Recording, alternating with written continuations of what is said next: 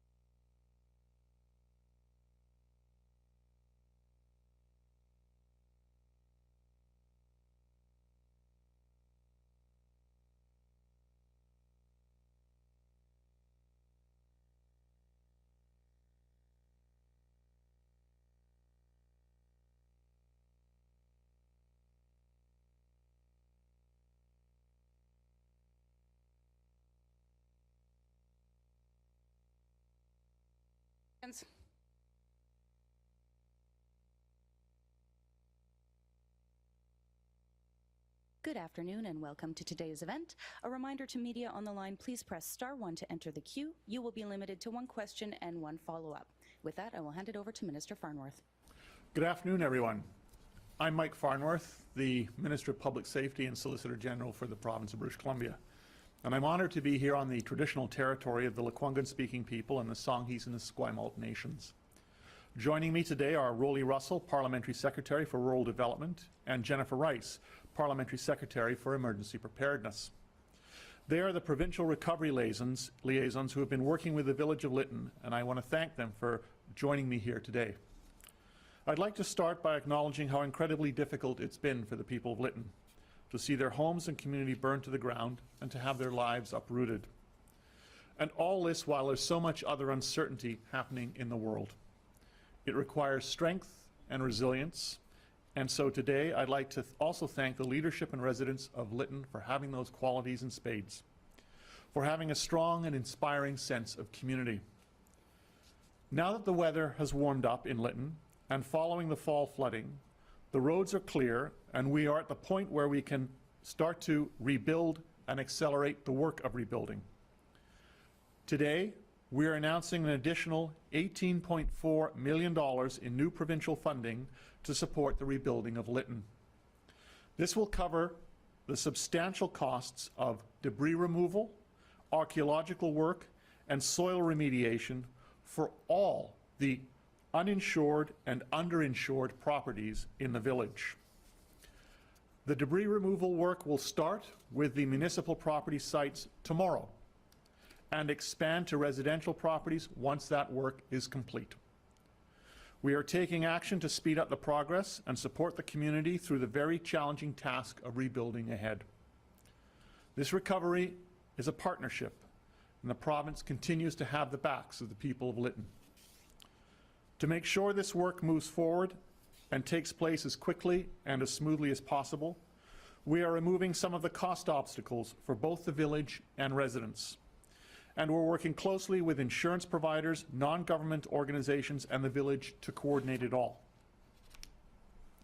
First, we're financing the immediate removal of debris, including ash, soot, metals, bricks, and other building materials from more than 200 properties. Following this, the province is coordinating and funding the costs for the archaeological work. This is an area of significant cultural importance, and we need to be careful and respectful. That said, we do not want the cost of archaeological work to be a barrier to the people of Lytton. This work will identify and preserve any findings in the area and will further our reconciliation and collaborative resource management with the Ntlaka'pam Nation. The last step to this important work is site remediation. Soil remediation will remove any contaminants from the ground and restore the landscape into a safe site for the village and residents to rebuild on. To help meet these milestones quickly, the province is also funding a work site with temporary housing for up to 30 staff consultants and construction workers who are going to be doing a lot of this work on the ground. As well, we have dedicated an assistant deputy minister to work hand in hand with the village of Lytton in ensuring that things move as they are supposed to. Clearly, there's a lot of work ahead, and we're backing the community to get this done and get it done right. The funding announced today will clear the way for the rebuilding of Lytton. In closing, I'd like to say that the province continues to be there for the community of Lytton, and as partners in this recovery, we will continue our support. Thank you, and I'll now pass it on to Parliamentary Secretary Russell.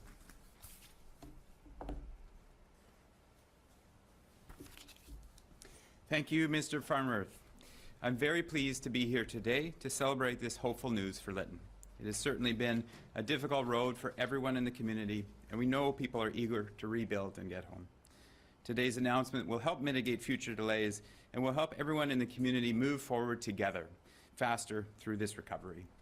As recovery liaisons for the province, Parliamentary Secretary Jennifer Rice and myself have visited Lytton and have been working closely with their mayor and council. We've also been attending regular town halls with the community, listening and bringing their feedback back to Minister Farnworth, Cabinet and Ministry staff. We have certainly heard from community and echoed by the mayor that there is a desire for more clarity around what the process will look like to get back to swinging hammers and rebuilding. So we want to assure the people of Lytton that we will be continuing to clarify and support that need. It's so important that governments at all levels work in partnership in times of great need or struggle. And so I'm grateful for Lytton's spirit and determination to build back their community. I hope that today's announcement will reassure the people of Lytton that despite challenges, the province is here to help support the community wherever and whenever obstacles arise. And together we are making progress. We look forward to moving into this stage of recovery that will bring us closer to getting those shovels into the ground. Thank you, and I'll pass it over to Parliamentary Secretary Jennifer Rice.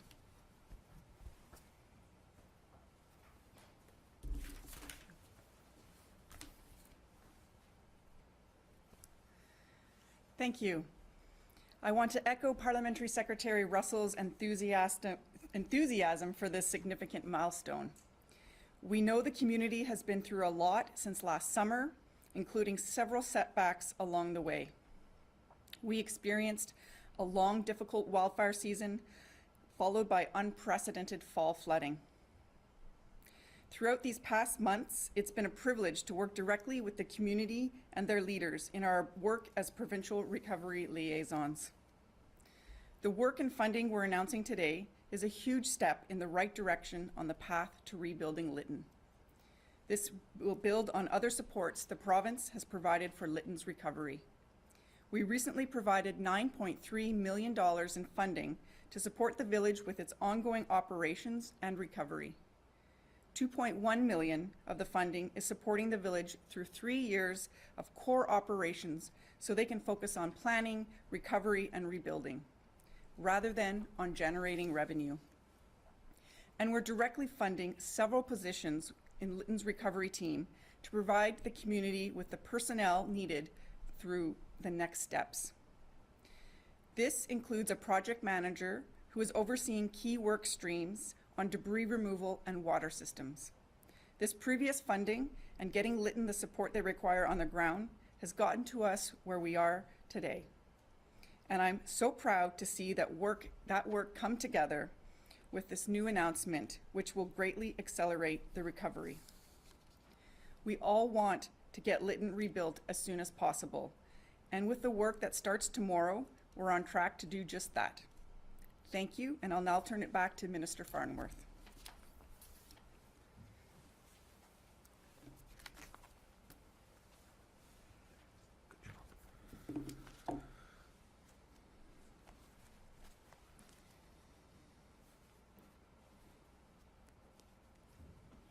Be accepting questions from the media now. I will remind the media to press *1 to enter the queue. You will be limited to 1 question and 1 follow-up. Our first question today comes from Les Lane, Times Colonist. Oh, thanks. Minister, 250 days is continually raised in the legislature with not much in the way of any sign of progress there. Can you isolate a reason or it seems like an excessive amount of time to get going, even if you discount the rainfall over the fall. I mean, BC rebuilt 2 major highways over that period of time, and they can't seem to get anything started on this village in, as I said, 250 days. What's the reason for that? There's been a significant amount of work done in terms of the rebuilding. A lot of it has been work that needs to be done before the actual rebuilding can take place. So first off, the site was very much a toxic site, and so there has to be dealing with the toxic materials that were there. There had to be a lot of sifting done that was done on by a volunteer basis in organizations to try and recover what personal artifacts remain for people. At the same time, working very closely with the village of Lytton in terms of their capacity to function as a community. We put staff resources to them, brought in an acting or a new administrative officer for the community, working to ensure that they're able to deal with their bylaws. And the reality is, in terms of the weather event, it had a significant impact on the timeline in terms of the debris removal. Because a lot of the debris removal has to go to specialized locations.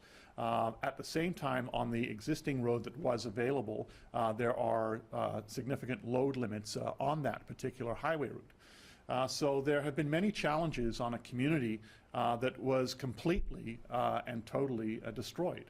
That being said, we're now at a point where we are able to make significant progress in terms of the rebuilding of the community so that people can return to it. Les, do you have a follow-up? Look, some people are suggesting that, as you said, the community is completely and totally destroyed. It didn't have a lot of capacity to begin with as a small village, and the leadership was just as traumatized as everyone else was. Should there have been a more direct provincial control or, I don't know, administratorship or more direct guidance in all those countless decisions that have had to be made over the last several months? We've been working very closely with the village of Lytton. I know that in terms of when you said administrative or trusteeship, there's not much of a precedence for that in this province or anywhere for that matter that I am aware of. The best way forward is to work with the community on the ground. That's why my 2 colleagues, the parliamentary secretaries, were tasked with liaisoning with the community, which they have done. Part of the rebuilding process, of course, must involve the residents and how they would like to see their community rebuilt, along with the council, in terms of what is their direction and their future, the future that they see for Lytton. All of those things are critical if this rebuilding is to take place successfully. It's not a case for the province to come in and start dictating this is how your community is going to be rebuilt. What's critical is that the local people are involved and being able to deal and address with the concerns that we are dealing with today, such as, you know, how many buildings how many individuals there are insured, how many are uninsured, the relationship with the First Nations band as well, also involving the federal government. All of those things are critical components. So the approach, has it taken time? Yes, it has. Recovery nearly always does. But we're on the right track, and this announcement today is going to significantly allow that recovery to pick up at a very rapid pace. Our next question today comes from Mandy Wen, Fairchild Radio. Hi, Minister Farnworth. I have a question regarding the Lytton Chinese History Museum, which was also destroyed by the wildfire last year. So I'm wondering, is the province planning to rebuild the Lytton Chinese History Museum? Thank you. Certainly, that's one of the important aspects of Lytton. As I've said in my remarks, this is an important heritage site, not just in terms of First Nations heritage, but also the broader community, and in particular, the Chinese community. There was some significant work in trying to recover artifacts from that site, and obviously that's something we want to work with going forward. Mandy, do you have a follow-up? No, I'm good. Thank you. Thank you very much. For the next question, we go to Joel Ballard, CBC. Yes, hello, Minister. Thanks for taking my question. I am wondering if you can give us a clearer timeline. I know in the short term, work starts tomorrow, but in the long term, what we're looking at, especially for people who have lost their homes and are waiting to find out when they will eventually be able to move back into their community. Well, the debris removal is the critical start of that process. So it's starting with the municipal structures, and then is being coordinated with the fully insured, and the under and uninsured residents in terms of that debris removal. And we would like to see that take place as quickly as possible. That being said, of course, that's one of the reasons why we're picking up the cost of the archaeological work and coordinating that work. But we want to see this move as quickly as possible, and that's why the resources are in today's announcement to do just that. Joel, do you have a follow-up? Yes. Do you mind clarifying the amount that the province is providing now? I know you announced the $18.4 million. I'm just wondering if all the other announcements you made around funding construction work site, living site, is that all included in the $18.4 million, or is there more financially on top? That's in the $18.4 million. At the same time, that's over and above the additional 9.3 that we have already announced, which was to assist the village of Lytton in terms of its recovery, its recovery as an administrative unit, but also with some of the other infrastructure that's there. Our final question for today comes from Shannon Waters, BC Today. Hi, I actually have a question on another issue for the minister. Back in 2019, when British Columbians were still learning in bits and pieces sort of what had gone on in terms of alleged misspending and misappropriation of public funds at the BC legislature by the former clerk, whose trial has just wrapped up, you said that you were looking at making changes to make the legislature subject to FOI, make things more transparent and make it easier for everyday British Columbians and journalists to get access to information about what's going on in the BC legislature. Whatever happened to that effort? Well, we've actually done that in terms of increased transparency and your ability to get information. In fact, you're able to access more information now than ever before.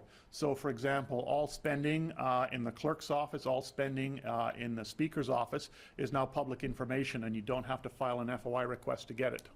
Shannon, do you have a follow-up? Yeah, have you spoken to the independent officers who were calling for very specific sort of amendments to be made to legislation? Now, some of those practices and procedures within the House have changed, but the calls from the independent officers remain the same. Having spoken to some of them back in January, they'd still like you to make the changes that you promised to make back in 2019. Is that something you plan to do? There are still some changes that we would like to make, but we also need to make sure that the changes don't impact the standing of the legislature. So currently, for example, the independent officers of the legislature are independent officers of the legislature, and if you were to make any additional changes, it would be to make sure that that role stays in that way, that it does not make them what would be known as independent officers of the Legislative Assembly, which would mean that the legislature would be subordinate, and that's not how our system works. That being said, we're quite open to making additional changes in terms of improving transparency, and we will continue to do that. We have a lot of work as government, and that work will continue. But what we were particularly clear on, and given what we saw back in 2019 with the results that came in terms of what was happening in the clerk's office, for example, we moved very quickly to ensure that there is full transparency in that area, and so that now you are able to access receipts and spending in the clerk's office and in the speaker's office without having to access freedom of information. It is all online. And so, I think that's what the public wanted to know, that they could, see those things, and you can do just that. Thank you very much, everyone, for your participation. That concludes today's availability.